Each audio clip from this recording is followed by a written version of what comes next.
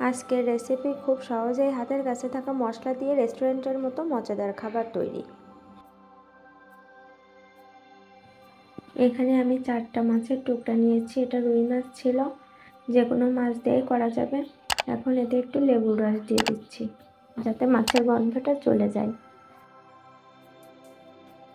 এখন জল, লবণ, হলুদ দিয়ে এটা ঢেকে দিয়ে কিছুক্ষণের জন্য সিদ্ধ করতে দিচ্ছি।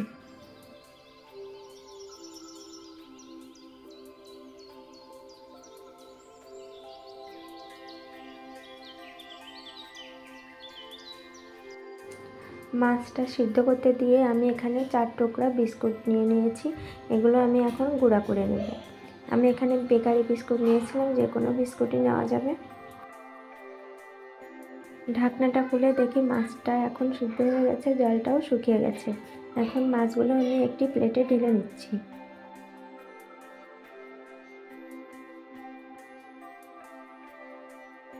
মাছের কাঁটাগুলো এখন ছাড়িয়ে নিচ্ছি। 2টা সিদ্ধ আলু কোনো কিছু ছাড়াই সুন্দর করে মেখে নিলাম। প্যানে তেল দিয়ে দিয়েছি, তেলটা গরম হতে থাকছে। এর ভিতরে আমি এতে পেঁয়াজ কুচি দিয়ে দিলাম,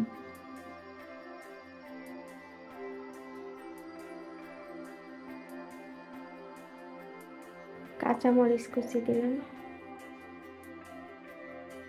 এখন এটা একটু ভেজে এতে হলুদ দিয়ে দিচ্ছি। পেঁয়াজটা একটু নরম হলেই হবে, খুব বেশি ভাজা যাবে না। হাফ চামচ আদা বাটা এবং হাফ চামচ রসুন বাটা দিয়ে দিলাম। এখন এটাকে সুন্দর করে নেড়ে চেড়ে হাফ চামচ শুকনো মরিচের গুঁড়া দিয়ে দিচ্ছি। এখন এতে হাফ চামচ জিরার গুঁড়া দিয়ে দিলাম।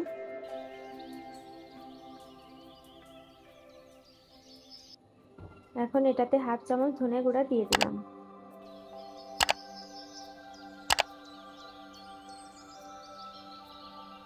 এখন এগুলো খুব সুন্দর করে কষানোর জন্য এতে একটু জল দিয়ে দিলাম।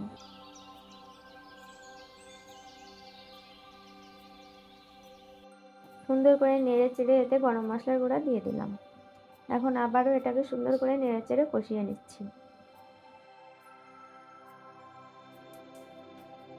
এখন কাটা বেছে রাখা সেই মাছগুলো এতে দিয়ে দিলাম।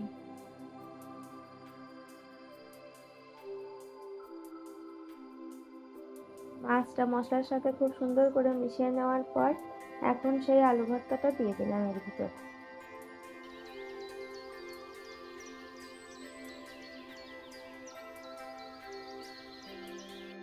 লবণ দিয়ে দিলাম।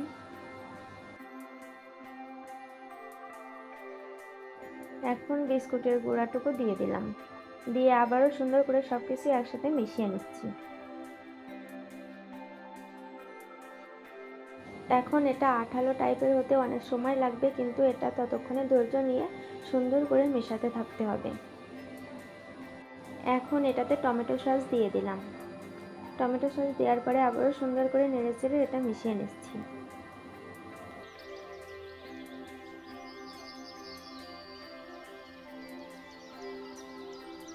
এখন এটাতে ভাজা জিরার গুঁড়া দিয়ে দিচ্ছি।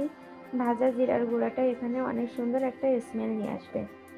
এখন এটা একটা বাটিতে অথবা প্লেটে নিয়ে ঠান্ডা করে নিতে হবে। আর একটা বাটিতে আমি একটা ডিম ভেঙে নিয়েছি। ডিমের ভিতর অল্প একটু লবণ দিয়ে এটা সুন্দর করে মিশিয়ে নিচ্ছি। হাতে তেল মেখে নিয়েছি। এখন আমি এটা গোল গোল শেপ দেওয়ার চেষ্টা করছি। এরপর একটা একটা করে ডিমের ভিতর ডুবিয়ে এগুলোকে উঠিয়ে রেখে দিচ্ছি। এটা অনেকগুলো পিস হবে, কিন্তু সবগুলো আজকে আমি ভাজবো না, এজন্য আমি একটা বাটি নিয়ে নিয়েছি। বাটির ভিতর এগুলো আমি এক এক করে রাখবো এবং কিছু ভেজে নেব, আর বাকিগুলো আমি ফ্রিজে রেখে দেব। কিছুদিন পরে আবার ভাজবো, আবার খাবো।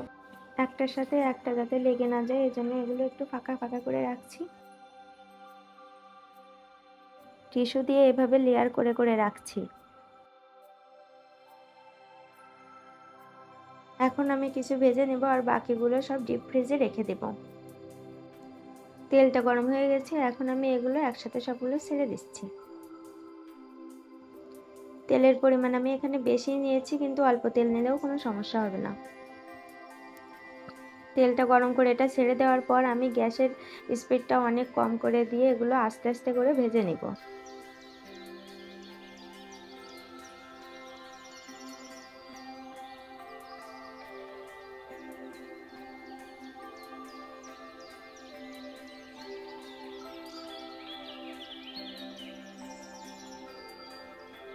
এই যে এখন এটাতে সুন্দর একটা কালার চলে আসছে। একটু পরে এগুলো আমি নামিয়ে নিচ্ছি।